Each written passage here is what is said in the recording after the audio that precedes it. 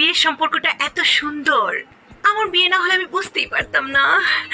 মাত্র 1 সপ্তাহ হয়ে বিয়ে হয়েছে। এত হ্যাপি আমি, এত হ্যাপি। সবাইকে আমি বলবো, আপনারা যারা যারা সিঙ্গেল আছেন তারা বিয়ে করেন, ইভেন যারা বিয়ে করেছেন তারা আবার বিয়ে করেন। বিয়ের জীবনটা খুবই সুন্দর। বিয়ে যে মানুষকে এতটা চেঞ্জ করে, বিয়ের প্রথম বছর না গেলে বুঝতামই না।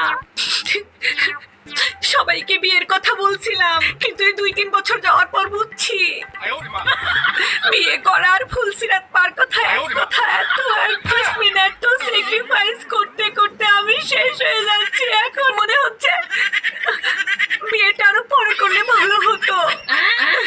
সংসারের ঘানি টানতে টানতে আমি আমার নিজেকেই যত্ন নেওয়া ভুলে গেছি।